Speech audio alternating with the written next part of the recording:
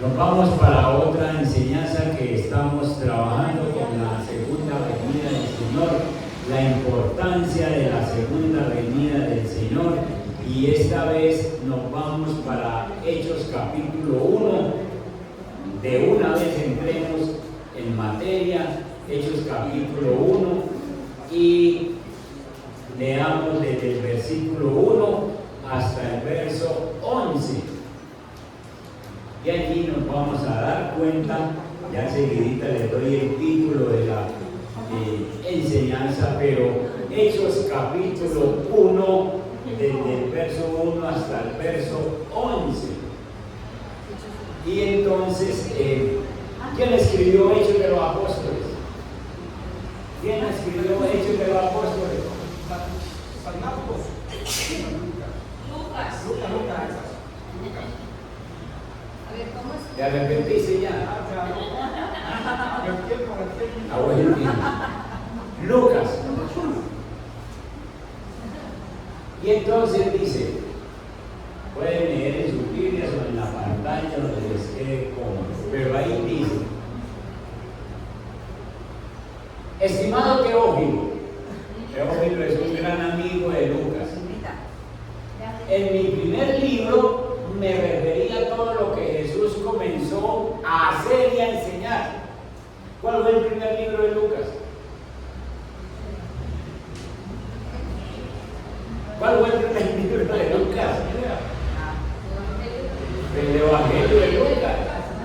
Y el segundo libro es Hechos. Él escribió el libro. Entonces, en el primer libro me refería a todo lo que Jesús comenzó a hacer y a enseñar. Miren ese orden: hacer y enseñar. Nosotros muchas veces enseñamos sin siquiera hacer. Primero tenemos que ser buen cristianos para enseñar a otros a ser buen cristiano. Amén. Es así que después de enseñar. No, al contrario, Jesús comenzó a hacer y enseñar.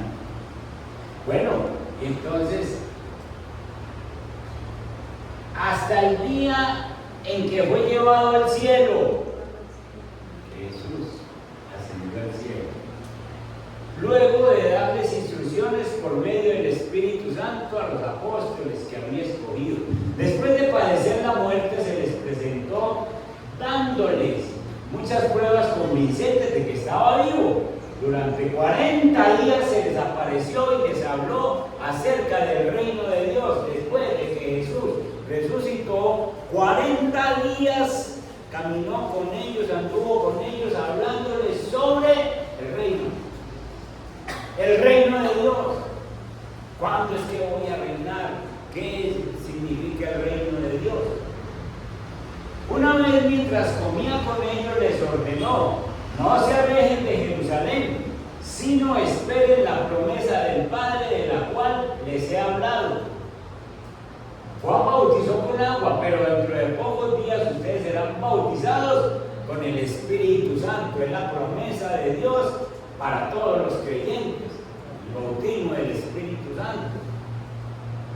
Entonces los que estaban reunidos con él le preguntaron: Señor, ¿es ahora cuando vas a restablecer el reino de Israel?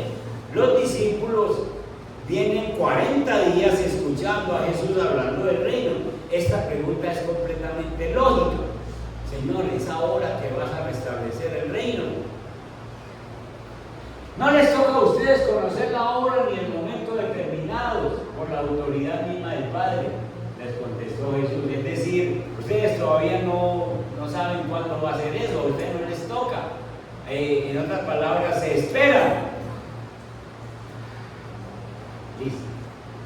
Pero cuando venga el Espíritu Santo sobre ustedes, recibirán poder y serán mis testigos tanto en Jerusalén como en toda Judea y Samaria y hasta los confines de la tierra. Habiendo dicho esto, mientras ellos lo miraban, fue llevado a las alturas hasta que una nube lo ocultó de su vista. ¡Qué maravilla!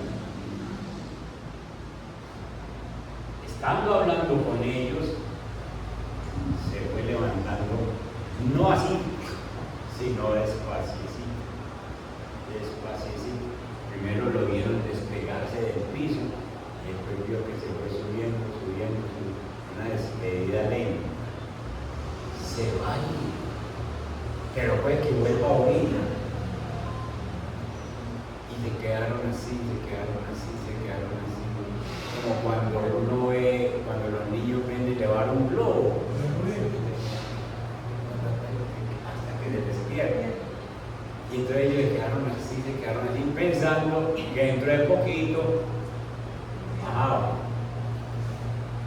¿Qué? Y ese poquito lleva 1000 años.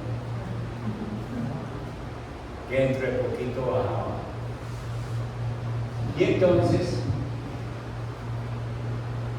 quedaron mirando fijamente al cielo mientras se alejaban. De repente se les acercaron 2 hombres vestidos de blanco. ¿Quiénes eran? ¿Qué? Los ángeles. Y entonces les dijeron: Galileos, ¿qué hacen aquí mirando al cielo?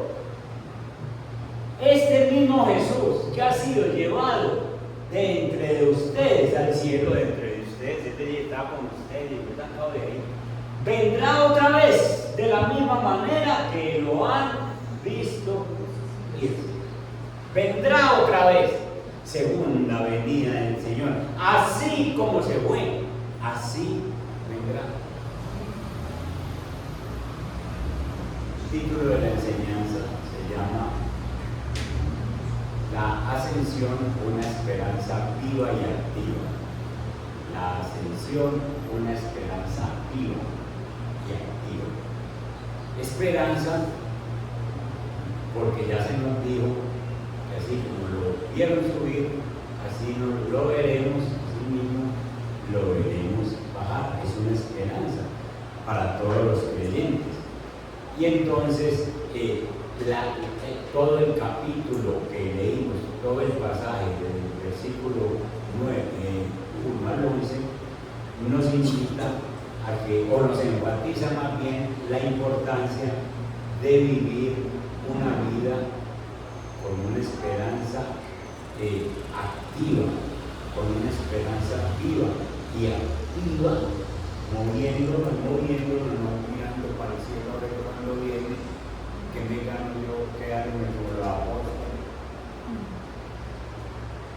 sin hacer nada, ni por mí ni por los demás.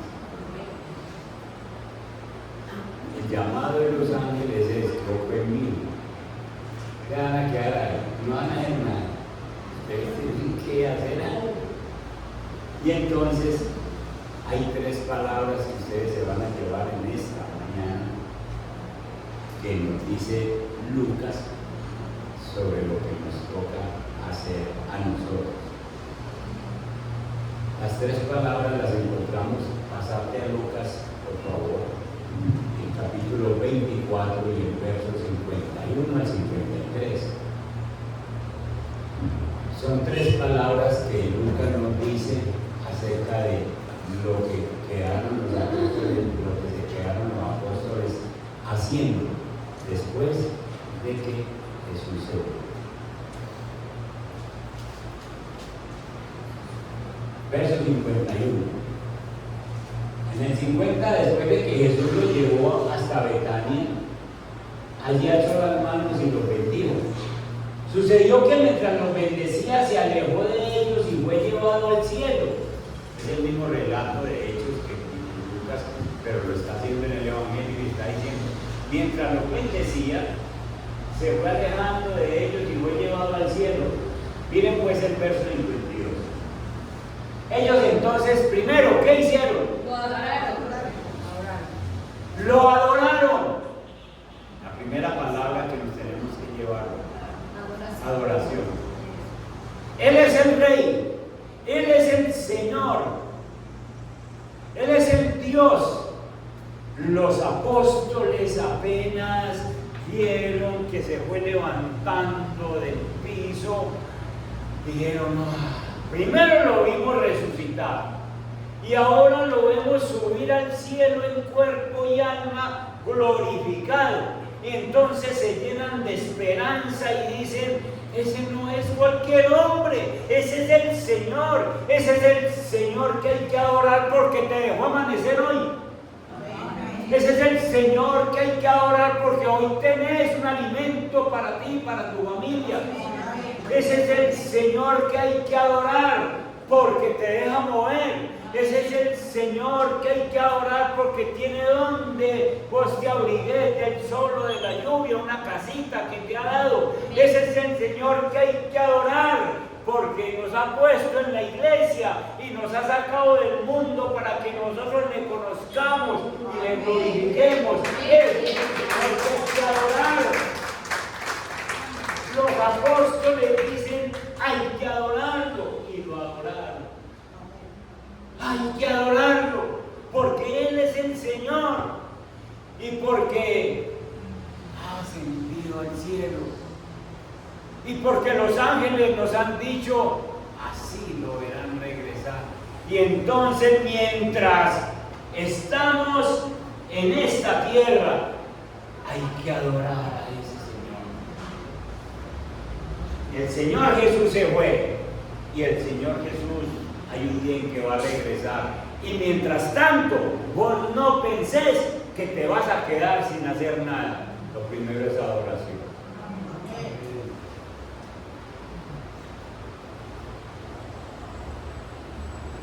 Lucas, en 2 versículos, deja todo lo que hay que hacer. Enseguida les desglosamos más esta temática de la adoración, pero lo primero es adoración. Y luego, ellos entonces lo adoraron y luego regresaron a Jerusalén con gran alegría. Esa orden está en el verso 49. Ahora voy a enviarles lo que han prometido mi Padre, pero ustedes quédense en la ciudad hasta que sean revestidos del poder de lo alto. ¿Cuál fue la orden que les dio Jesús?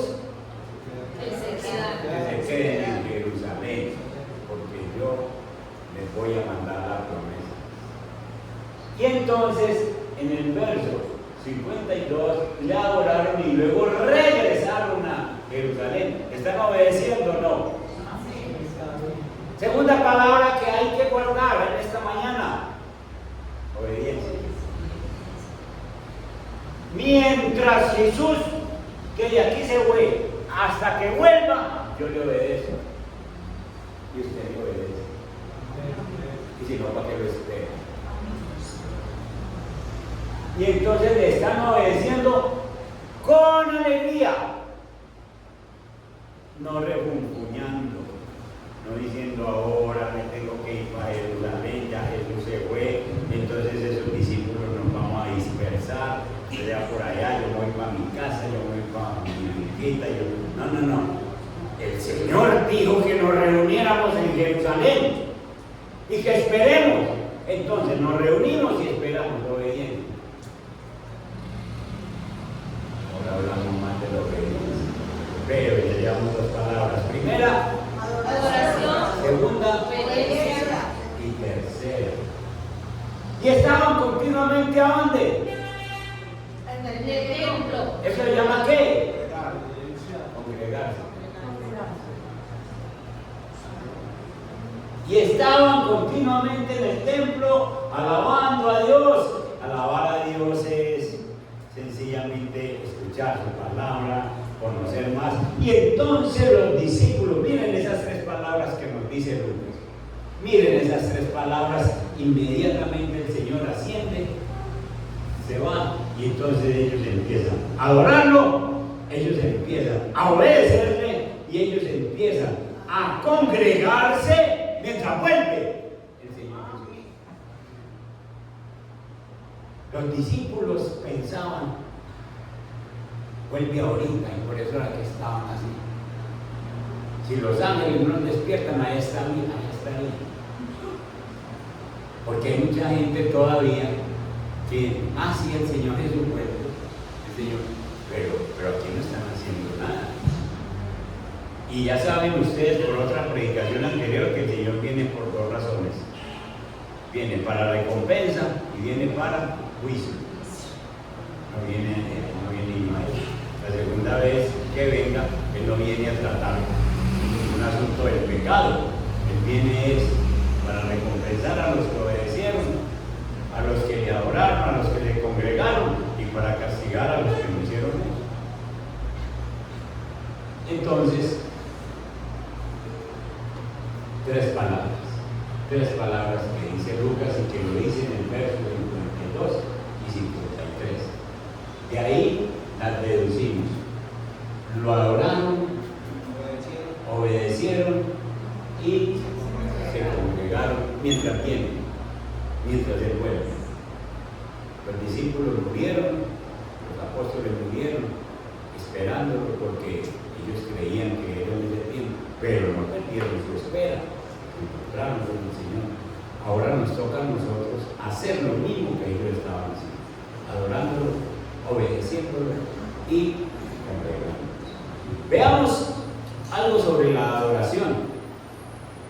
En un estudio bíblico que se haga, la adoración se define como una expresión de reverencia. La adoración no es venir aquí y cantar yo 2 o 3 canciones. Eso no es adoración. Es parte de la oración, pero no es adoración. La adoración es una expresión de reverencia, respeto y de amor hacia Dios, que se manifiesta tanto en el corazón como en mi forma de vivir externa, en mis acciones individuales o colectivas. Es decir, solo o acompañado, yo demuestro una reverencia, un respeto, un amor hacia Dios que sale desde el corazón. Entonces no es que yo tengo las manos levantadas en el culto el domingo a las 8 y entonces estoy adorando a Dios y después salgo y el vocabulario es completamente diferente y tengo las manos levantadas porque hay una fiesta de la feria y las flores. Y entonces la levanto aquí en la iglesia y la levanto allá. Entonces aquí estoy adorando a Dios y allá ¿a quién?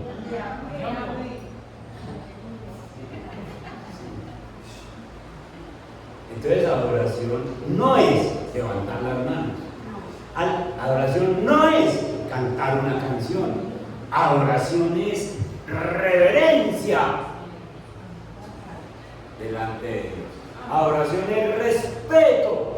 Adoración es amor a Dios que se manifiesta desde el corazón con mi forma de ser, con las demás personas y con Dios mismo. Eso es adoración. Adoración es rendirle culto. Adoración es someterme a su voluntad. Señor, ¿qué quieres que yo haga? Y entonces estoy adorando al Señor haciendo las cosas como son. Adoración es cumplir con las obligaciones que yo tengo. Adoración es que yo le sirvo a Dios como cristiano, llegando a tiempo al trabajo que Él me ha dado y saliendo a tiempo, no antes de tiempo, haciendo las cosas que se me mandan en mi trabajo, porque Dios me puso ahí en ese lugar. Eso es adoración.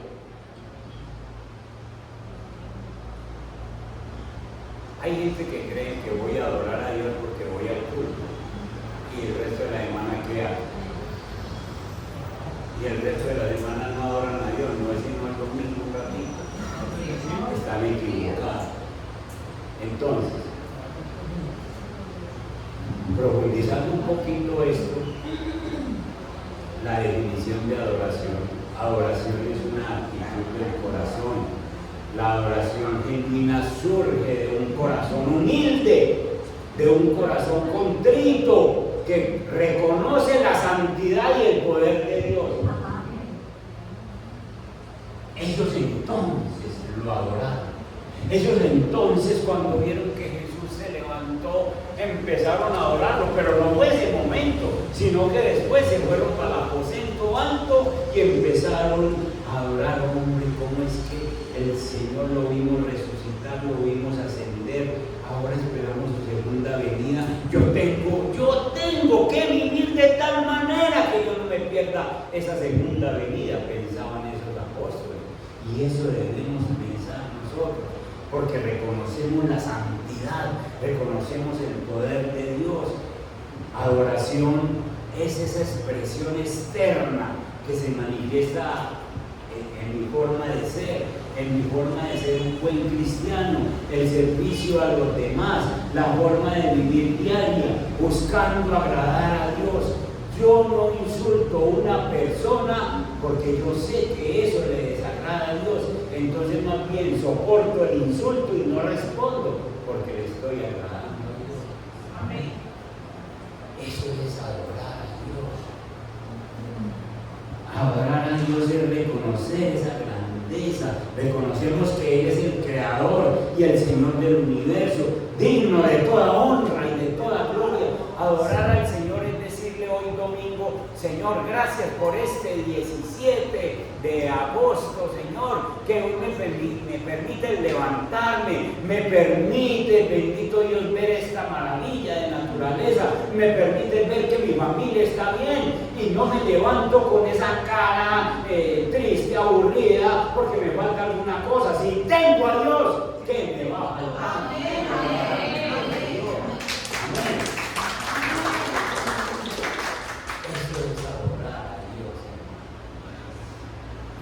Mientras Él viene, no es 2 o 3 días, es mientras Él viene. Y como usted no sabe cuándo viene, yo tampoco. Entonces esto es diario, a toda hora. Pensar en agradar a Dios, es someterme a la voluntad de Dios, eso es adorarlo. Someterme a la voluntad de Dios. La adoración implica que yo me rindo a tu santa voluntad y busco sencillamente cumplir con los principios que tú me muestras en la Biblia. Señor, yo te estoy adorando porque me someto a tu santa voluntad. Tan fácil para mí repetir que se haga tu voluntad. Y apenas se hace la voluntad, y Señor, ¿por qué me pasó eso? Yo me someto a la voluntad de Dios, es que es lo que Él diga, que es lo que Él diga para mi vida, que es lo que tengo que hacer. Entonces, hermanos, la adoración a Dios no se limita solamente a la iglesia. Yo no puedo decir que yo voy a la iglesia a adorar a Dios. Yo tengo que adorar a Dios en toda parte, no es solamente en la iglesia, no es un acto que se realiza en la iglesia en un momento específico, sino que la adoración a Dios es una actitud constante en la vida del creyente. Actitud constante en la vida del creyente. Adoro a Dios. Eso hacía en este caso. Mientras vuelve. Y después de 2, 3, 4 días, ellos dijeron: no viene, pero tenemos que seguir adorando. Y se pasaron el resto de la vida adorando.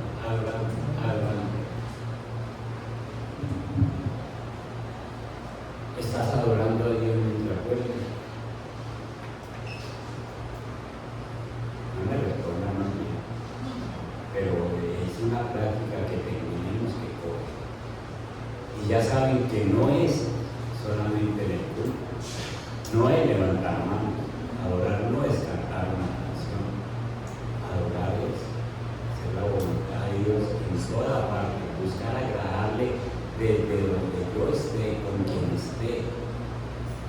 Si estoy solo, agradarle a Dios. Si estoy en mi pieza solo, le agrado a Dios.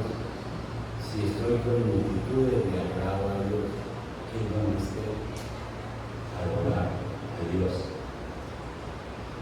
La Biblia dice que a Dios se le adora en espíritu. Le dijo Jesús a la samaritana: es en espíritu y en verdad, no es en un lugar, no es en el pozo de Jacob. No, Dios se le adora en espíritu y en verdad. Bien.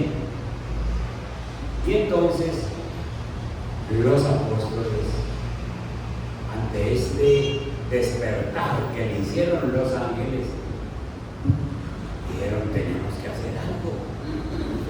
estamos aquí mirando para arriba a ver qué pasa, ¿no? Los apóstoles les dijeron, ¿qué hacen ustedes ahí? ¿Qué hacen ustedes ahí mirando? Ese Jesús va a venir y tienen que encontrarlos a ustedes haciendo eso. Primero hablando, segundo, obedeciendo. Y entonces regresaron a Jerusalén con gran alegría, con obediencia. Los discípulos reaccionaron obedeciendo al Señor. Debemos volver y esperar la promesa, esperar la venida del Espíritu Santo que nos capacitará para llevar a cabo la misión, porque tenemos una misión. Y esa misión es que ellos pensaban que Jesús venía por ellos nomás. Si Jesús hubiese venido al otro día, no había iglesia todavía. Habían unos apóstoles que todavía habían perdido uno, ya no estaba Judas, todavía no habían reemplazado a Judas. ¿Por quién fue que reemplazaron a Judas? Por Matías. Y entonces no habían sino 11 y unas cuantas mujeres que habían recibido al Señor. Entonces, si hubiese venido en ese tiempo, no había iglesia para llevar. Y entonces la tarea era que Jesús les dijo, yo me voy, pero yo vuelvo, y mientras yo vuelvo, ustedes tienen un trabajo que hacer, tienen una misión que hacer, y esa misión es testificar de mí, mostrar lo que yo he hecho con ustedes, y entonces vayan y hagan discípulos, y enséñenles todo lo que yo les he enseñado a ustedes. Y entonces ellos podían pensar, bueno Señor, y entonces nosotros, ¿cómo vamos a hacer ese trabajo si no tenemos cómo? Se van para Jerusalén y esperan a que yo les dé la promesa del Espíritu Santo. Vayamos a Hechos capítulo 1:6, y allí el Señor, a la pregunta que ellos hacen, ¿restaurarás el reino? ¿Cuándo vas a restablecer el reino de Israel? No les toca a ustedes, está hablando del reino de Dios. Ellos pensaban de pronto en un reino en la tierra, pero el Señor les está dando cosas claras. A ustedes no les toca, ustedes esperan a que yo venga y establezca mi reino cuando vuelva. Pero mientras tanto, para que ustedes no crean que quedan solos, cuando venga el Espíritu Santo sobre ustedes, recibirán poder y me serán testigos tanto en Jerusalén como en toda Judea y Samaria y hasta los confines de la tierra. Y entonces los discípulos sencillamente pensaron claramente, se fue el Señor, pero sigue trabajando con nosotros. Nos sigue acompañando, porque Él nunca nos ha dejado ni nos dejará. Y Él dijo, les enviaré mi Espíritu, que los guiará a toda verdad. Y entonces ya ellos van a recibir el Espíritu Santo. En Hechos capítulo 2 viene esa promesa cumplida y empiezan a hacer obras para aumentar el número de personas por el cual el Señor va a preparar su segunda venida. No viene por 2 o 3, viene por multitudes que los apóstoles y ustedes y yo ayudamos para que otro llegue. Porque Dios no quiere la muerte de un pecador, sino que se arrepienta y viva. Y entonces por eso nos ha usado, nos está usando a todos nosotros para que con el poder del Espíritu Santo podamos hablar del Señor.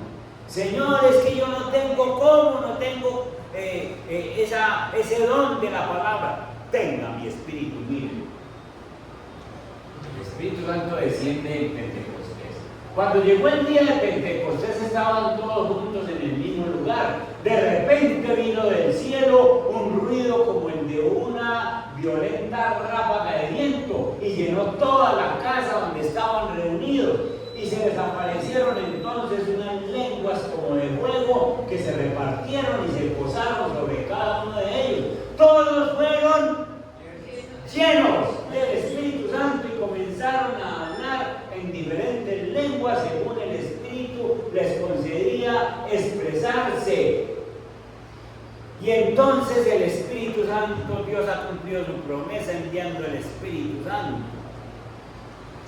Y el Espíritu Santo los llena con esa presencia de Él, promesa cumplida.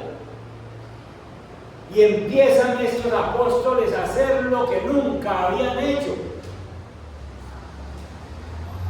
Pedro se pone en pie, se lanza una predicación explicando lo que está pasando en ese mismo momento de la venida del Espíritu Santo, y después de que predica se convierten 3.000, y no había venido ni una sola vez al Instituto Bíblico. Lleno del Espíritu Santo. Nunca hizo un curso, pero lleno del Espíritu Santo. Y empieza, y ya no son 10 o 20 los que pertenecen a la iglesia cristiana, sino 10 o 20 más 3.000 que se convirtieron en un solo día por el poder del Espíritu. Y empiezan esos discípulos a moverse llenos del Espíritu Santo. Primero porque adoran a Dios, segundo porque le obedecieron a Dios y estuvieron ahí hasta que vino la promesa. Uno quiere bendiciones sin obedecer. Uno quiere que Dios le bendiga y no le obedece ni una. No lo adora, no se congrega, no le obedece, y bendígame, Señor, y bendígame estos hijos, y bendígame. Así no es, hermano. Ni le adora, ni le obedece, ni se congrega. Y enseguida, bendígame, Señor. Bendígame, Señor. A estos discípulos le están adorando, le obedecen, están juntos, congregándose, y el Señor les da el Espíritu Santo y les dice: ustedes me extienden el reino, la iglesia. Y nosotros no tenemos ninguna disculpa, hermanos, porque es que el día que usted hizo una oración genuinamente, ahora analice si su oración que hizo aquel día fue genuina, porque usted le dijo: Señor, yo me arrepiento de mis pecados. Señor, yo quiero que tú tomes la dirección de mi vida, de mis pensamientos, de mis emociones, de mis sentimientos, de mis acciones. Yo quiero que tú hagas de mí la persona que tú quieres que sea. ¿Le dijo eso o no? Amén. Entonces el Señor, que es bien misericordioso, le dice: tenga mi espíritu, tenga.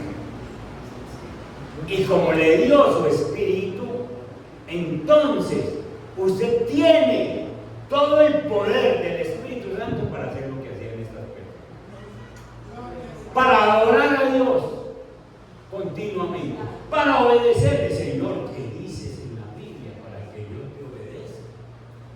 ¿Qué dices en la Biblia? Miren, hermanos, usted tiene que haber cambiado. Tiene que haber cambiado, porque si el Espíritu Santo está viviendo en usted, los pensamientos suyos no son los mismos de hace 10 o 20 años que se convirtió. No pueden ser los mismos, porque el Espíritu Santo ya se hubiera ido entonces. Y analice si fue que se fue. Yo creo que no, porque lo trajo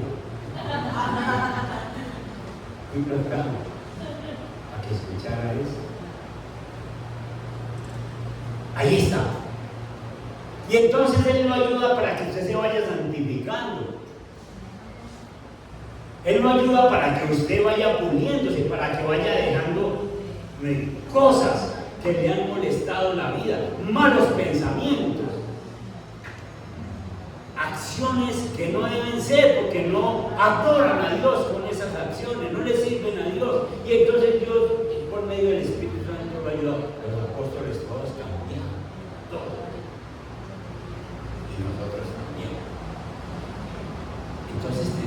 que obedecer a Dios en lo que manda, en lo que dice. Si Dios le dice, usted cambie ese vocabulario, pues cambie ese vocabulario. Si Dios le dice, no se vista así, no se vista así. Ustedes han visto que en la iglesia no tenemos que decirle a nadie, no se vista así, porque como tiene el Espíritu Santo adentro, el Espíritu Santo le dice, vístase así, ¿o no? Amén. Vístase así. No hable así, no se comporte así, no diga mentiras, no esté haciendo estas cosas, no esté guardando rencores, perdone, todo eso lo dice el Espíritu Santo. Y entonces yo entro en una plena comunión con el Espíritu y Él me manda a obedecer. Y cuando yo obedezco lo que Dios me dice, viene bendición, viene bendición, viene bendición. Estos apóstoles lo primero que recibieron fue la presencia del Espíritu Santo por su obediencia. Porque la obediencia se queda hasta que yo les dé la promesa. Se quedan en Jerusalén. Entonces ustedes no ven a Pedro diciendo, no, ¿saben qué? Yo voy a ir para otra ciudad, me avisan cuando pase eso. No, Señor, nos quedamos. Obediencia. Porque la obediencia es preciso aplicarla, porque el que nos está hablando no es cualquier persona, nos está hablando Dios con toda su autoridad, y las palabras de Dios son supremas sobremanera. Las palabras de Dios son órdenes, es el mandamiento más elevado que hay, y se le debe una obediencia absoluta. A Dios no se le puede cuestionar su palabra, porque Él es el que sabe. Él es el que sabe qué nos pone aquí, qué nos dejó escrito para bendecirnos a nosotros. Por ejemplo, si Dios dice, traiga sus diezmos, o mis diezmos más bien, porque son de Él, al árbol, ¿yo para qué cuestiono? Si Él me está diciendo, pastor, es que yo se lo doy a un pobrecito que pasa por ahí por la casa. El pobrecito lo alimenta de la palabra. Es donde usted se alimenta de la palabra. Y entonces uno dice, no, es que, bien, por eso compro yo la lechita. Y entonces usted, por no obedecer al Señor, se pierde la bendición. Porque el Señor le quiere hacer un milagro. El Señor le quiere mostrar que usted sencillamente le reconoce como el proveedor de todo, que es el que le manda las cosas. Usted pone sus diezmos y el Señor le dice, tenga mi.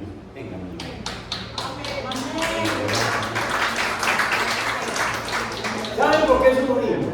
Primero, porque no le adoramos continuamente. Y segundo, porque no le obedecemos. Y así le decimos, ay Señor, la segunda venida. ¿Cómo es que dice la canción, la primera, Fernando, que pusimos ahora? Vestido de ternura. Ahora la vamos a poner ahí, no, hermano. Se rasgará el cielo y aparecerá, ¿cierto? Diga, ay sí Señor, que aparezca. Que aparezca. Usted que no le adora, usted que no le obedece, y a usted que le da una lidia, congregarse. Le da una lidia. Está muy temprano.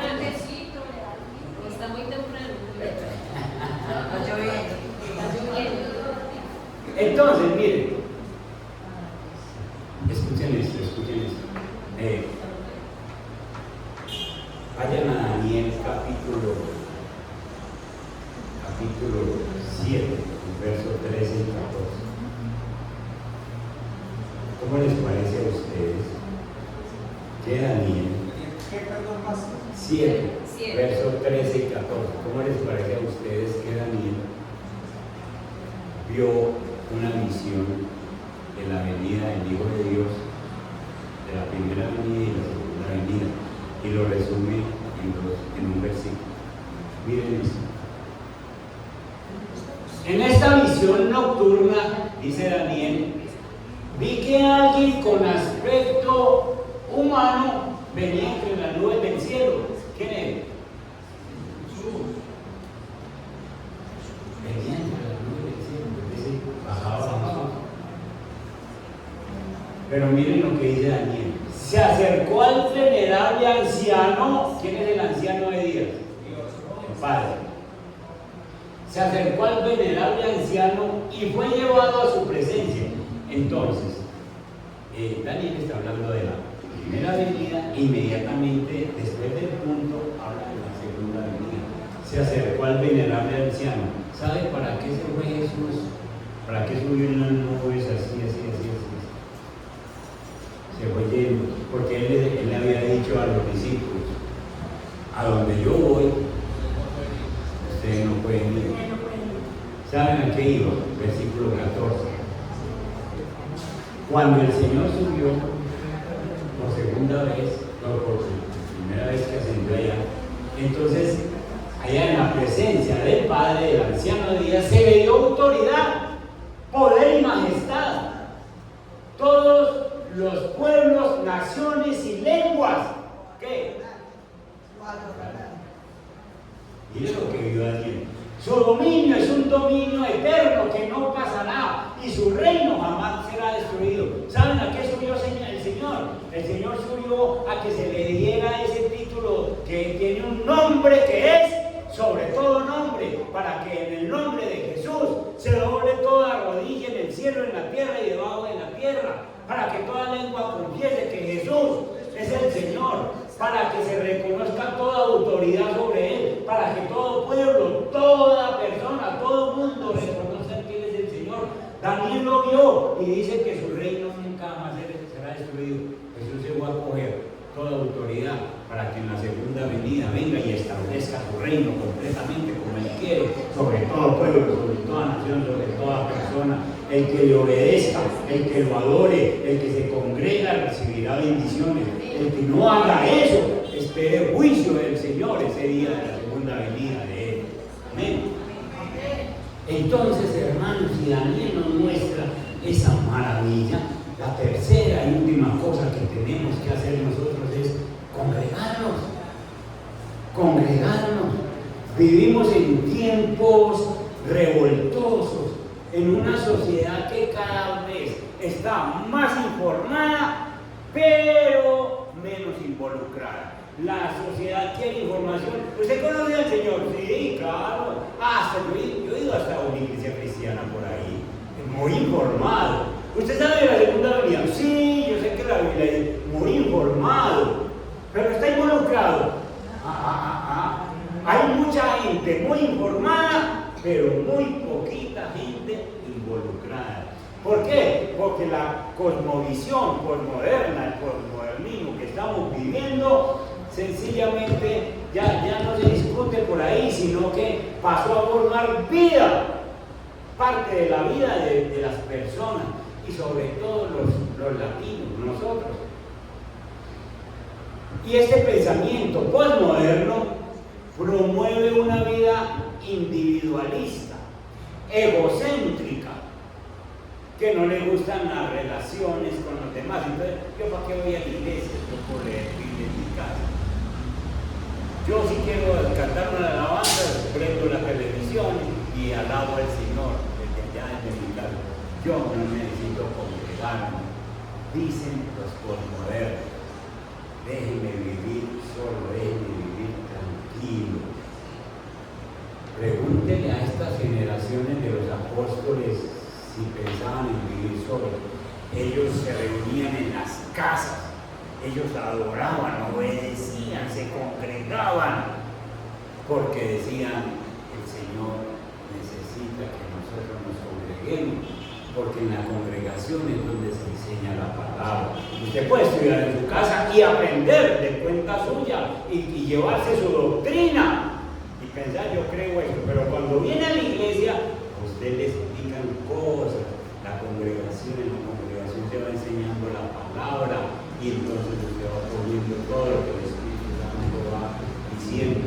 Y es por eso que nosotros necesitamos alimentarnos de la palabra y por eso necesitamos venir a la iglesia. Cuando en la mente de una persona está en que yo puedo alimentarme solo, esa persona no es hijo de Dios. Esa persona necesita meterse con Dios y decirle: Señor, ¿yo por qué necesito una iglesia?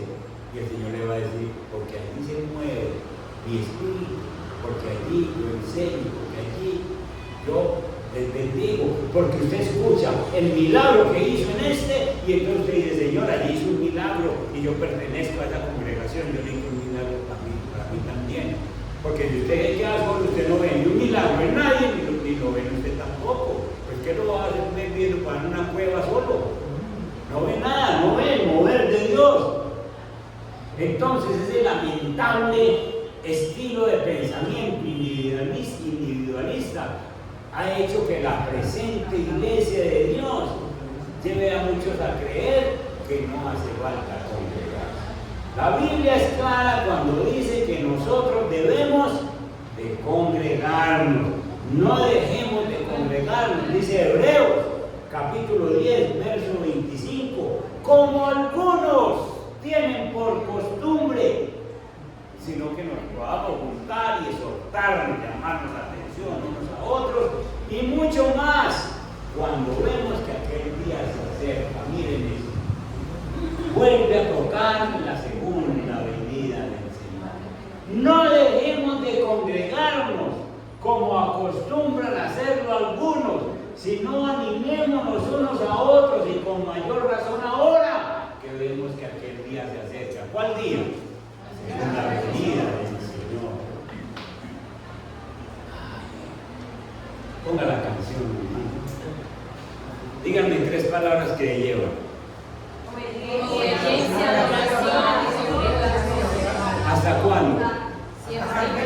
¿Hasta cuándo? Hasta que venga. Hasta que nos llegue. Adoración, obediencia y congregarse. Adoración, obediencia y congregarse. Hasta que Él venga. Eso es en los apóstoles. Ahí está escrito en Lucas, para que vayan y lo visiten. Ahí está escrito en Daniel. Ahí está escrito en Lucas.